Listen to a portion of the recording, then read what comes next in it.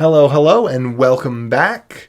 Tonight we are going back over what we did before, which was making the blog with several different files, but we had all those files in one directory. So we're gonna transform our process to use a script that goes through each file and converts it in a loop, rather than us having to potentially list out 5, 6, 7, 20 different files. If at any point during this you've got that aha moment where something really clicks for you, please go ahead and give it a thumbs up. And don't forget to open up your notes at gist.github.com so you can take yourself some Markdown notes to add to your blog, and that you can have those to help you remember. So here we are. I am back at my local directory, and what I'm actually going to do is we talked about rsync. So I'm going to use rsync to log in to my server and copy files over. I'm not actually going to log in, but it's going to log in to copy the files over using my key that we set up before. So I'm just going to copy those over real quick right here into an SRV directory. We'll see those appear right there. There they are. Okay, so these are the same files that we had the other day, and there's even a little build script there. I'm going to take a look at that and see if that's the same one that we had before. Hopefully it is. So there's our build script. Oh, that's the answer. We don't want to look at the answer yet.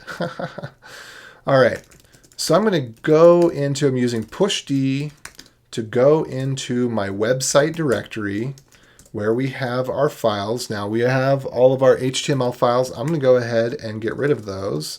I think I'm going to leave the index. So let me see, what does that index look like right now? Yep, we're going to leave that index just to hold on to for a second.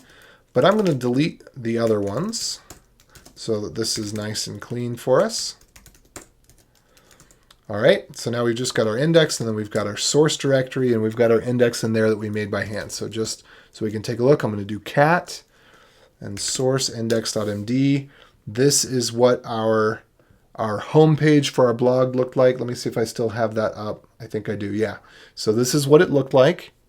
All right, and we are going to redo this but using a script. So let me clear that out. I'm going to create a file called build.sh.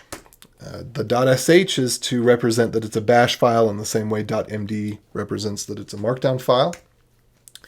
And let's see here. Now before, actually, I might need to close this out to show something else. I'll go ahead and put in two of these. Actually, I've got them over here. I'm just going to copy and paste so I don't have to take all that time typing it out. Okay, so this should build our how domains work article, and then we've got a how to create a server article and a couple more. I'm just going to start with this and we're going to modify it. So what we got is this is going to create, well, it's going to add to a file how domains work, which means it's going to create it if it doesn't exist. Same thing here. And we want to find a way to just be able to read all the files in the directory.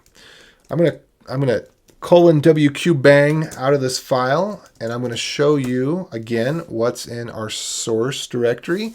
And here's something else I want to do. We covered this briefly, but you can use a star as a wildcard when you're scripting, and it works in most shells like fish and bash as well. So if I do an ls of src, it shows me everything that's in src, but if I do star.md, it's only going to match files that end in MD. So there we get to see that. Likewise, if I just do things that start with intro, then I can see only the files that start with intro. So this is how we can get a list of multiple things, is we can use a directory name and a star, a pattern that has a star in it to match multiple things. So let me Command K here to clear out, and then I'm gonna just take a quick look over there. Yeah. So we go into build.sh again. And what we want to do first is identify what's repetitive that we can pull out into a variable if we could run this multiple times.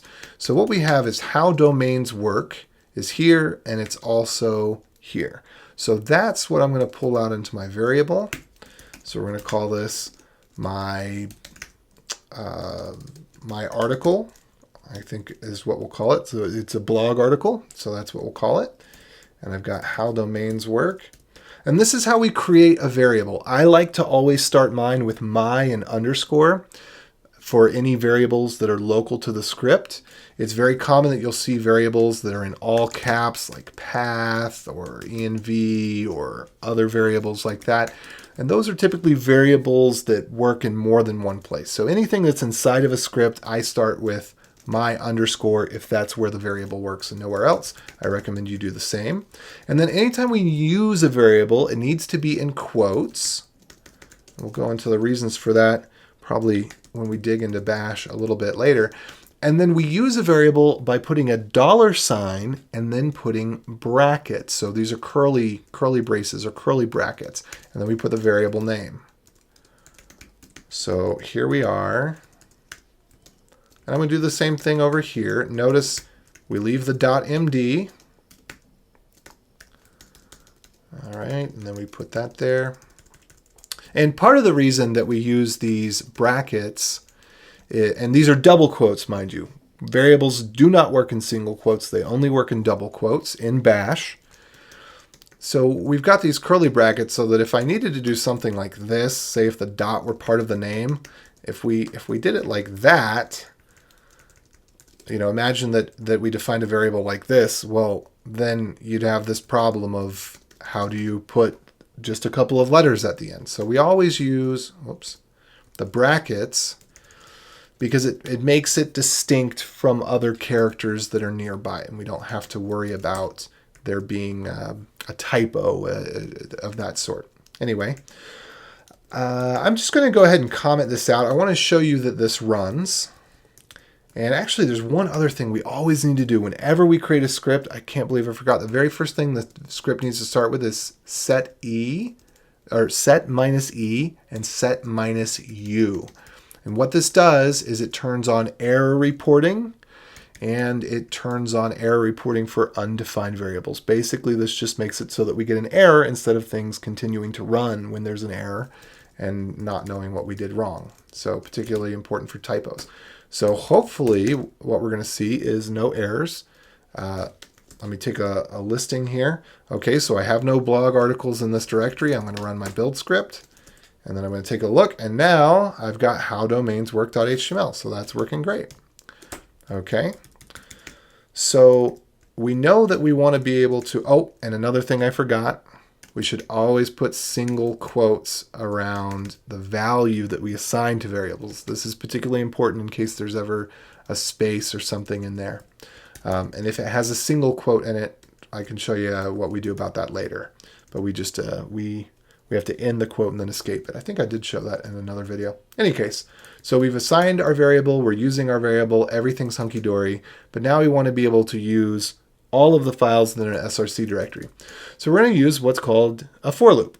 And in Bash, for loops are meant to work on files. In programming languages, they might work on other types of lists because in programming you have lots of different types of lists to choose from. But in Bash, Bash's really scripting languages are meant to be able to work with files and folders. So we're going to do for, and we're going to call this my file in, and then we're going to give it what we want to search in, which is going to be, actually, I think I need to not use quotes on this because we want the asterisks to be able to work as a wildcard. So for my file in src/star.md, this is saying I'm going to make a list out of all the files that are in source star.md, and I'm going to call each one is going to be assigned to the variable my file. So every time this loop that we're about to create runs, that's how it's going to work. So I think what we do next is do,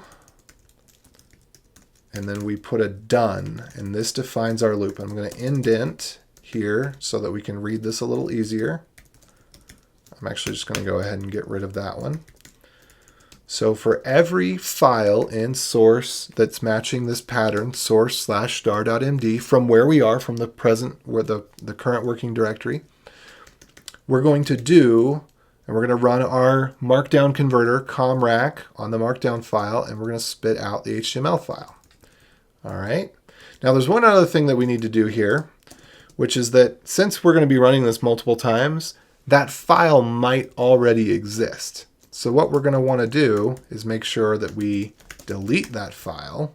Very important anytime we're doing a remove, to make sure that we're using quotes and that we are in fact removing the things that we want to do. Typically what I do is I put a little printf in front here and kind of preview what this looks like. So we're going to go ahead and preview that rather than running it. And so I'm going to quit out of here and we're going to see what we get. So we're going to build this out. Whoops. I forgot with my printf. I have to add a little /n at the end so that we get a nice printout. Okay. So we're deleting all of the how domains works. That's not what we wanted at all. How domains work. Oh, I made a mistake. Let's go back in. So we only got one file here. Let me make sure I'm opening this up so we can take a look at everything that's happening. All right. So what did I do wrong? Did you see this? You probably saw this. I've got my article here, which I have mentioned up here, but I have my file here.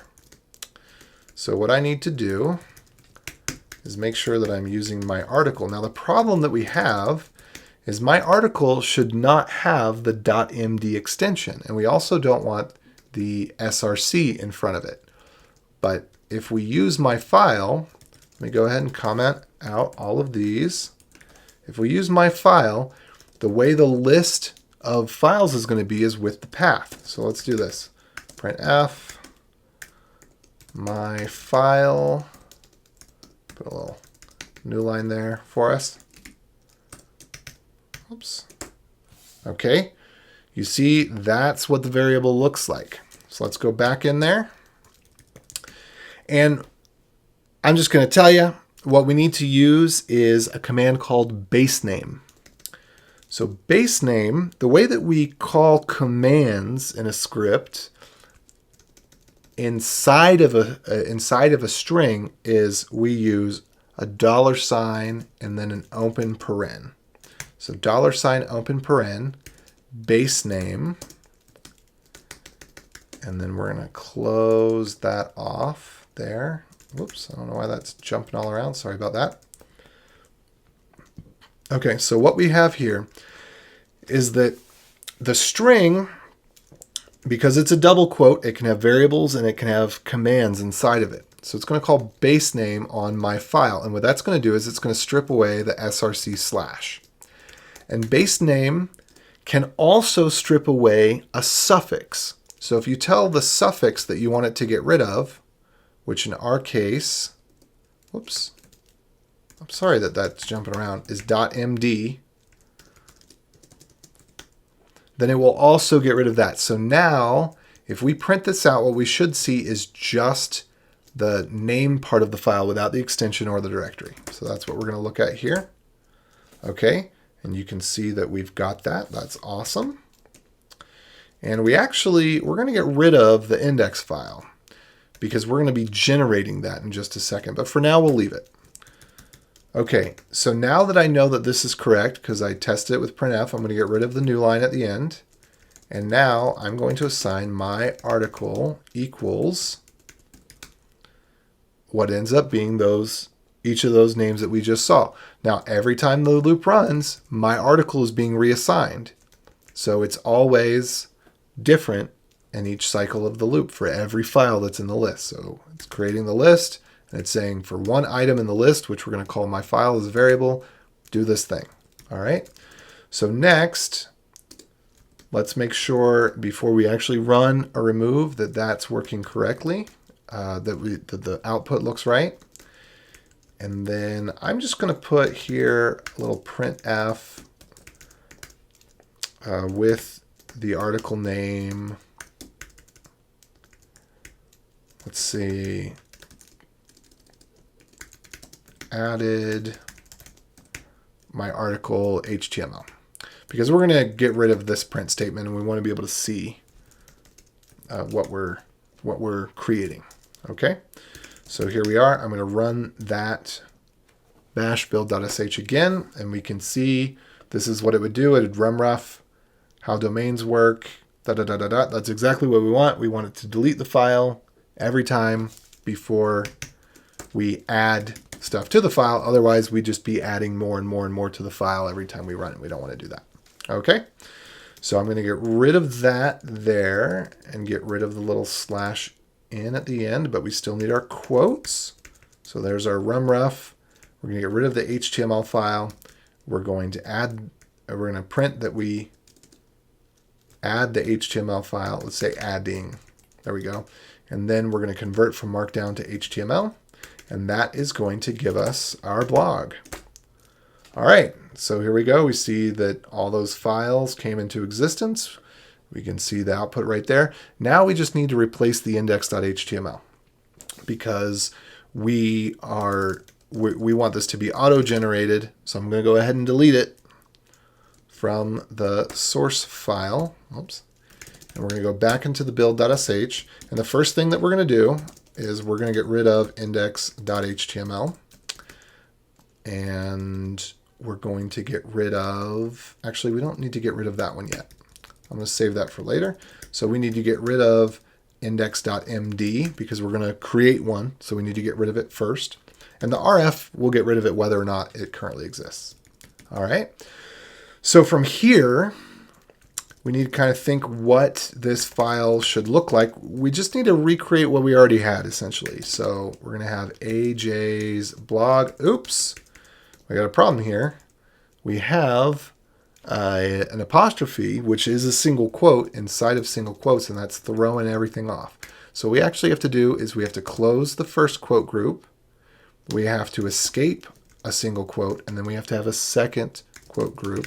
It's AJ's blog. Now I put these spaces here just to kind of help you see. There's one grouping, and then there's a quote, and then there's another grouping. So this is how we handle that situation. So that's not a double quote, that's two single quotes. So that's what we got there. We want to say AJ's blog. We're going to put a couple of new lines, and we're going to add that to index.md. And then for each line in our loop, we want to add the article to the index. So let's go ahead and we're going to change this. Now we're going to need to use double quotes because we need to put a variable inside. And we're going to have the title of the link be my article. And then we're going to have the path to the link be /myarticle.html. Now before I told you, I think I already told you, normally we would put the https:// in front, but when it's on our own site, we can put the path that's relative to the page that we're on. So we're creating an index.html in that same directory, the / are the other files, so we can just use /, and then we add the .html back on because that's what we're creating. We're creating from the Markdown file a .html file. All right, and then with that, I think we need to put a new line at the end. Don't want to forget that. And we probably want to make this look like a list.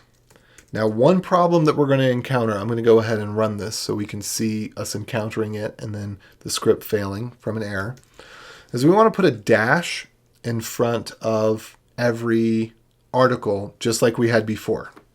So I'm going to go ahead and run this, and we're going to get an error with it. Okay, you can see it says invalid option, talking about the dash there. This is pretty common.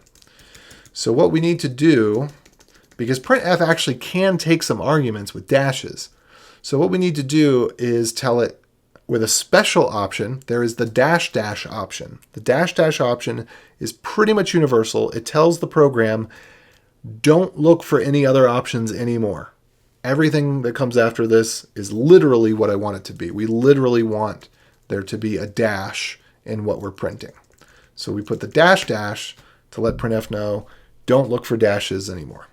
Okay, so now we're going to run that Okay, and then I'm going to cat our index.html, or our index.md. Let's see what it looks like. This looks about like what we're expecting it to be. So now we're auto-generating our blog listing. So let's go ahead and go back in here. And the last thing we need to do is convert that index.md into Markdown. So we'll go ahead and remove the index.html, whether it exists or not. And then let me just copy this. And I'm just going to get rid of the variable part, which means that we can use, there's no variables, so now we can use single quotes. So I'm going to switch over to single quotes. In fact, looks like we don't have to use quotes at all because we don't have any special characters in this. So we could go quoteless. All right, and there we are. So now I have a script that builds our website. Let me hit Command K to clear that out. I can run bash build.sh. Oh, there's only one thing. I put an src in there and it's not supposed to have it. So let's open that back up. I'm going to go down and I'm going to get rid of that and put a / instead. There we go. So now it's going to read from the index file we created. And you know what? We can actually get rid of the Markdown file because we're generating it automatically. We can get rid of the Markdown file after we create it. So let's run that one more time. All right, there we are. Now we can look at our index.html, and that's our new blog. I'm going to go ahead and preview that for us. So let me open up index.html. Here we are, and we can see we can click around just like we could before. We can get to all of this. And that was thanks to being able to use variables and loops. So let's just take one more look at this. I'm going to kind of space it out so we can go back over line by line one more time. So before we create a file, before we add something to a file, we want to make sure that the file doesn't exist. Otherwise, we're adding over top of something we already had. So the first thing we do is we're going to remove our index file, and then we're going to add to that index file again with the title of the blog and some new lines. Then we're creating a pattern that's going to match the source directory and all of the files inside of that directory. And it's going to go over them one by one, and it's going to call each of them my file. So the do is what kicks off the loop here. And we're taking that my file and we're using the base name command to strip away the prefix, the src / any path prefix, and also to strip away the given suffix. So it knows how to strip away the prefix because it just keeps on looking for slashes, and when it finds the last one, or it doesn't find any, then it stops. And it just eats everything up to the last slash, or nothing if there's no slashes. And then it knows what to eat from the suffix from the back because that's whatever we tell it to.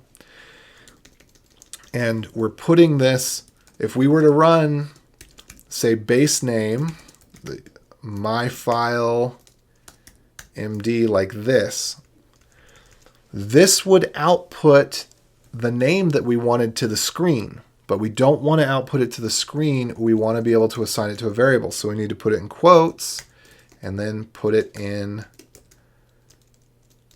a $sign parentheses so that it will run, and then we can assign that to our variable. Then we're just doing a little bit of cleanup. If an article exists by the name that we're about to create, we want to go ahead and remove it. And then we're going to print out to the screen that we're adding that article. We go ahead and run comrack just like we did before, but we're using a variable this time. And then we've got our printf that is adding a line to our index file. And it looks kind of complex, but let's just break that back down. What would this look like before? How domains work. How domains work, right? So this is what it would have looked like. So we're just replacing the how domains work with our variable. So not so fancy. And then we've got the double dash so that printf doesn't get confused when it sees the first thing is a dash and think, oh, that's a dash. I should do something special. That we say double dash means don't do anything special. Then we remove our existing index file, if any. We run the index file that we created as Markdown. We run comrec on that to convert it to HTML. And then we remove our temporary Markdown file and we're done. That's it. So hopefully that was a really practical example of how to use variables and loops in Bash. If you've got any questions, if anything wasn't clear, please comment below. Particularly, it'd be great if you comment in the playlist video rather than the live video, but you can do either. Go on over to YouTube from the link in the description. Click on the Beyond Code Bootcamp playlist and you'll see this video there. And let's see what else we got. Yeah, if you want to keep watching the live videos, go ahead and subscribe. And if you're interested in my little lifestyle daily shower thoughts channel that's called Health, Wealth, Commitment, you can subscribe to that. Thank you so much for watching. Please hit me up with questions. I hope you have an excellent night. Adios.